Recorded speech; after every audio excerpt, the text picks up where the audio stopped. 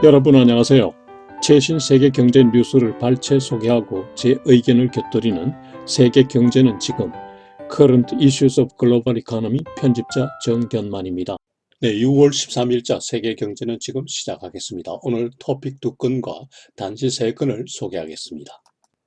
오늘의 토픽은 미국의 5월 중 소비자 물가가 13년 내 최고인 5%나 상승하였다는 마켓워치사 보도입니다.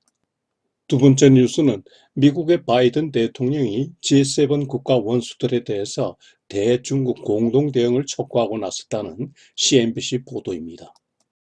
오늘 첫 번째 단시는 세계 코로나 바이러스 발병 및 백신 접종 현황입니다. 두 번째 단시는 블루 오리진 우주항공사가 제프 베조스 아마존 회장과 함께 떠나는 세계 최초 민간인 우주 여행권을 2,800만 불에 낙찰하였다는 소식입니다. 세 번째 단시는 다음 주 미국 금융시장 주요 이슈 및 일정입니다. 네, 오늘의 토픽, US Consumer Prices soar again and push CPI inflation rate to 13-year high. 마켓워치사 보도 보시죠. 미국의 5월 중 소비자 물가가 전년 동기 대비 5%나 상승하였습니다. 2008년 이래 최고 상승인데요. 2008년도는 당시 석유 가격이 배럴당 150달러에 이를 때입니다. 미국의 소비자 물가는 지난 2월 이래 상승세가 가속화되고 있는데요. 오른쪽 표를 보시면은 완전히 수직으로 올라가 있죠. 소비자 물가 상승 요인은 백신 접종 확대로 경제 활동이 재개됨에 따라서 억눌렸던 수요가 폭발하고 있고, 한편으로 일시적 공급 부족 사태도 일어나고 있기 때문입니다. 물가가 많이 올랐던 품목을 보면은 중고차, 음식물, 가구, 의류, 비행기 요금, 레크레이션 상품, 보험료, 주류 등이 포함되네요. 한편 코어 인플레이션, 핵심 물가, 즉 음식과 에너지를 제외한 물가는 3.8% 상승한 것으로 나타났는데요. 이는 29년 내 최고 상승입니다. 이 역시 2월 이래 상승세가 가속화되고 있습니다. 4월과 대비해서는 0.7% 상승입니다. 그럼에도 미국 연방준비위원회는 물가에 대해서 일시적 상승이라는 견해를 유지하고 있습니다. 정상적인 경기 회복 단계에서 일시적인 공급 부족 사태는 조만간 해소될 것이라는 것입니다. 지금과 같은 빠른 인플레이션의 문제점은 코스트 오브 리빙, 즉 생계비가 늘어난다는 것과, 그리고 물가 상승이 임금 상승으로 전이될 경우에 물가 잡기가 더욱 어려워진다는 점입니다. 소비자 물가 지수가 크게 높아진 것으로 나타났음에도 주식시장은 상승하였는데요. 이는 월가가 페드가 주장하는 일시적 물가 상승 후에 내년에는 물가 안정이 된다는 점을 믿고 있다는 걸 말하는 거죠. 다음 주 화요일, 수요일 페드의 그 FOMC 통화정책회의가 열리는데 여기에서 어떤 이야기가 나올지 관심이 됩니다. 네, 여기에서 최근 뉴스에 자주 거론되는 4대 핵심 물가지수 CPI, Core CPI, PCE, Core PCE에 대해서 제가 정리를 했습니다. 한번 살펴보시죠. 먼저 CPI는 Consumer Price Index 약자로서 노동부가 작성해서 발표합니다. 매월 둘째 목요일 날 대부분의 소비자 물가를 반영해서 나타내는 지수입니다. 우리나라 통계청에서 발표하는 소비자 물가 지수와 같다고 생각하시면 됩니다. 두 번째로 코어 CPI는 소비자 물가에서 변동성이 큰 식품과 에너지 가격을 제외한 것입니다. 세 번째로 PCE는 Personal Consumption Expenditure Price Index, 즉 개인 소비 지출 물가 지수입니다. 미국 경제분석청에서 매월 넷째 주 금요일 날 발표합니다. PCE는 소비자가 실제 지출한 물가를 지수화한 것인데요. 대체로 CPI보다 낮게 나타납니다. 예를 들면 소고기 가격이 비싸질 경우에 사람들은 소고기보다는 가격이 싼 닭고기를 사 먹을 수 있죠. 이럴 때 PCE 지수가 CPI 지수보다 낮게 나오는 거죠. 네 번째는 코어 PC인데요. 이는 PCE에서 식품 에너지를 제외한 물가지수입니다. 이 코어 PC 지수를 연준이 가장 중시하고 있습니다. 오늘 두 번째 탑 뉴스, Biden to press G7 leaders to adopt a unified approach to counter China's rising influence. CNBC 보도 보시죠. 바이든 대통령이 G7 국가 원수들에게 대중국 공동 대응을 촉구하고 나섰습니다. 중국의 세계적 영향력 확대에 확고하게 대응하자는 거죠. 올해 G7 정상회의는 11일부터 13일까지 영국 콘월시에서 개최되고 있는데요. 회의 참석자는 G7에다가 EU의 대통령과 집행위원장이 참석하는군요.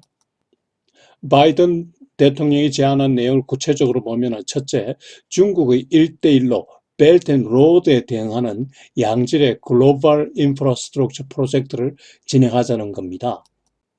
수천억 달러 규모가 될 거라고 하네요. 특히 중국의 1대1로 사업이 주 타깃으로 하는 중하위 소득 국가에 대한 인프라 투자를 확대하자고 하네요. 여기에 소요되는 자금은 세계은행 IBRD와 IMF를 활용하자고 제안하였습니다. 세계은행과 IMF에 대한 추가 출연이 필요하겠죠.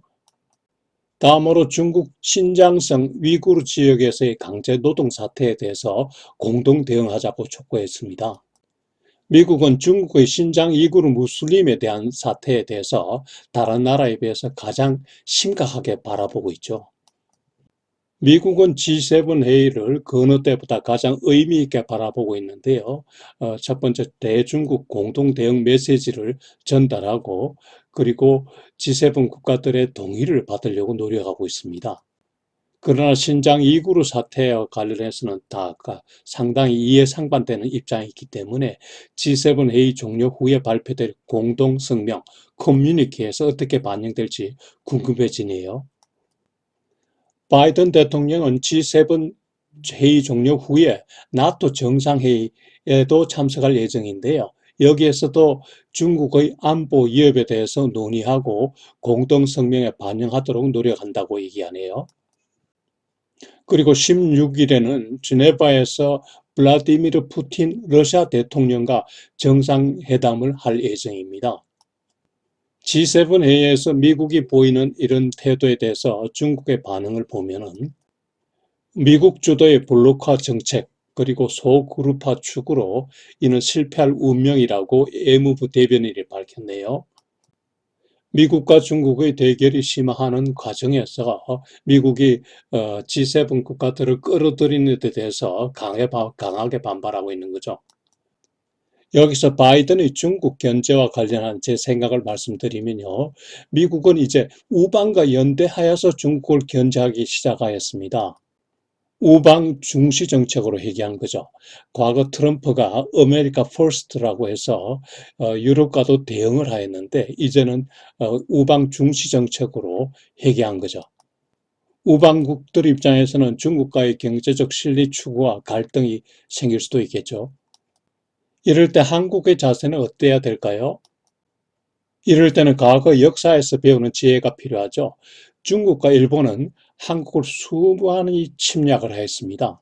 한사군 설치, 안동 도호부 설치, 애구 침입, 홍건적 침입, 정묘 병자 호란, 임진 정유 재란, 그리고 한일 합병까지요. 한편 한국의 최대 수출 대상국이 중국이라는 관점에서 이 실리 추구는 그 실리의 의미가 모호합니다. 말하자면 산업 구조나 스플라이 체인 공급망 관점에서 어느 나라가 더 이득을 보느냐이죠. 제가 보기에는 한국이 이득을 보지만은 중국은 더 큰 이득을 본다는 생각입니다. 여러 생각 소지가 있지만은 제 결론은 원친 건격, 즉 미국 등 서방 강대국과 가까이 친하게 지내고 중국, 일본 등 인접 국가는 교제를 계속한다는 거죠. 세계 최강국 편에 서는 게 얼마나 중요한지는 세계사를 보면 잘 알 수 있죠. 무엇보다 극일 극중, 즉 경제발전과 자주국방을 통해서 일본과 중국을 이겨내는, 나아가서는 극미까지도 할 수 있는 그런 능력을 갖춰야겠죠. 세계 경제 패권, 월드 이코노믹 프라이머시는 꼭 나라가 큰 것만이 필수 요건이 아닙니다. 과거 이탈리 도시국가, 네덜란드, 스페인, 포르투갈 등도 세계 경제 패권을 잡을 때가 있었죠. 나라는 적지만요. 네, 오늘의 첫 번째 단신 6월 12일 오후 3시 33분 유럽 중앙 시간 기준요. 세계 확진자 수는 1억 7,491만 8,667명으로 전주 대비 1.6% 증가했습니다. 2주째 증가세 둔화가 유지되고 있는데요. 후진국 백신 접종 확대에 영향을 받지 않았나 이런 생각이 듭니다. 사망자 수는 378만 2,490명으로 전주 대비 2.0% 였습니다. 증가세가 상당히 둔화되었습니다. 후진국에서 백신 보급이 빠르게 확대되었기 때문이라는 생각입니다. 백신 접종자 수는 21억 5,655만 명으로 전주 대비 31.7%나 증가하였습니다. 후진국에서 백신 접종이 빠르게 확산되고 있기 때문이란 거죠. 국가별 동향을 보면은 독일이 9위에서 11위로 떨어졌습니다. 아르헨티나, 스페인이 한 계단씩 올라가고요. 네, 오늘 두 번째 단신, 블루 오리진 우주항공사가 첫 우주 여행권을 경매에 붙였는데 2,800만 불에 낙찰되었다는 소식입니다. 제프 베조스 아마존 회장은 이 돈을 어린이 영재교육 비영리 단체에 기부할 예정이라고 하네요. 미국은 교육부 주관으로 영재교육 프로그램을 갖고 있는데요. STEM, Science, Technology, Engineering and Mathematics, 과학, 기술, 엔지니어링, 그리고 수학 영재교육입니다. 블루 오리진사의 뉴 세파드 우주선은 7월 20일 발사될 예정인데요. 7월 20일은 아폴로 11호가 인류 최초로 달에 착륙한 날이죠. 닐 암스트롱 기억하시죠? 뉴 세파드 우주선은 약 100km 상공까지 올라가서 무중력 상태를 체험하게 된다고 하네요. 이 민간인 최초 우주 비행에는 4명이 탑승하게 되는데요. 베조스 회장과 그 동생, 그리고 경매 당첨인, 그리고 추가 한 명이 탑승할 예정인데 명단이 곧 발표된다고 하네요. 뉴 셰퍼드 우주선의 특징을 보면은 우선 로켓 겸 캡슐이라는 거죠. 재사용 가능하고요. 수직 상승 출발했다가 낙하산으로 수직 하강하게 됩니다. 최대 6명까지 탑승 가능하고 비행사 없이 자동으로 운행된다는 점입니다. 100km 상공에서 약 3분간 무중력 경험을 하게 된다고 하네요. 블루 오리진사는 스페이스 X사보다 2년 먼저인 2000년에 베조스가 설립했고 베조스는 매년 아마존 주식을 팔아서 여기에 소요되는 자금을 조달했다고 합니다. 민간 우주 산업의 선두주자인 블루 오리진, 스페이스X, 버진 갤럭틱 3사의 차이점을 별표를 보면서 살펴보시죠. 먼저 사진부터 한번 보시죠. 왼쪽 두 장의 사진은 리차드 브랜슨이 버진 갤럭틱사의 그 스페이스십 우주선 발사 성공 장면에 환호하고 있는 모습입니다. 지난달 초 버진 갤럭틱사는 스페이스십을 100km, 약 100km 상공까지 올려보냈죠. 비행사가 2명 타고 있었습니다. 오른쪽 사진은 일론 머스크 스페이스 X사의 그 대표죠. 오른쪽 아래 사진은 스페이스 X사의 그 드래곤 우주선이 국제 우주 정거장 400km 상공에 떠 있는 국제 우주 정거장에 도킹되어 있는 모습입니다. 네, 우주 여행 선두주자들 스페이스 X, 블루 오리진, 버진 갤럭틱 3사를 비교해 놓았습니다. 설립 연도를 보면은 블루 오리진이 제일 먼저인데요. 2000년이고 스페이스 X사가 2년 후, 그리고 그 2년 후에 버진 갤럭틱사가 설립되었습니다. 창업자는 제프 베조스, 앨런 머스크, 리차드 브랜슨입니다. 3사의 로켓 이름도 각각 다른데요. 블루 오리진사는 뉴 세퍼드라고 하고요. 이는 수직 상승, 수직 하강하게 됩니다. 스페이스 X사는 펠콘이라고 그러고 수직 상승, 수직 하강하게 됩니다. 버진 갤럭틱사는 스페이스 쉽이라고 합니다.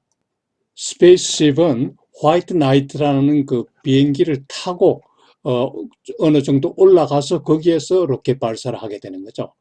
즉 수평 상승했다가 활공으로 하강하게 됩니다. 비행기 비슷하죠. 블루 오리진의 우주선 캡슐 이름은 뉴 세파드이고요. 스페이스 X사의 우주선은 드래곤이라고 그러죠.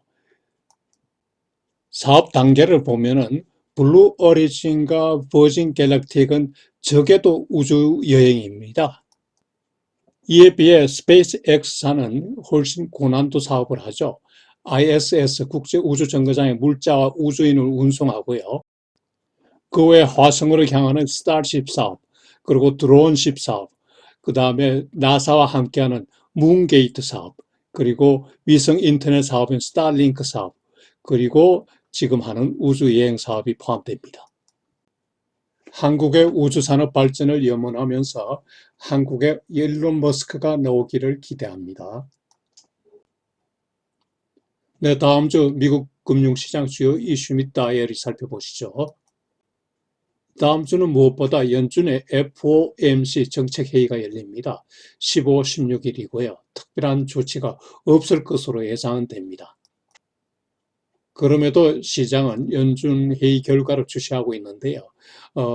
16일 오후 2시 30분에 파월 의장이 기자회견을 하게 되죠.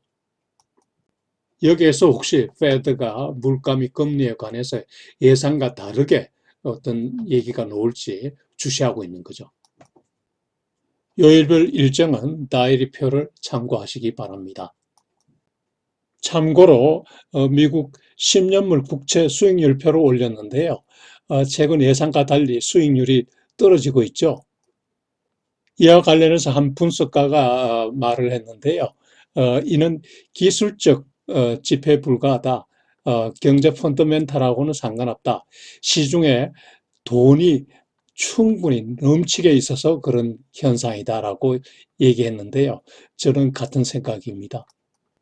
네, 여러분 오늘 또 제 커런트 이슈스 오브 글로벌 이코노미를 예청해 주셔서 대단히 감사합니다. 다음 한 주도 즐겁고 보람차게 지내시기 바랍니다. 여러분 안녕히 계십시오.